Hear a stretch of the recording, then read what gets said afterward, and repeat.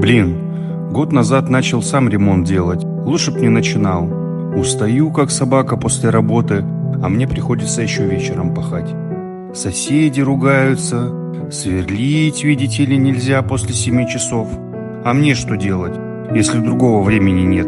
Жена пилит, когда переезжать будем, а я только гипсокартон прикрутил.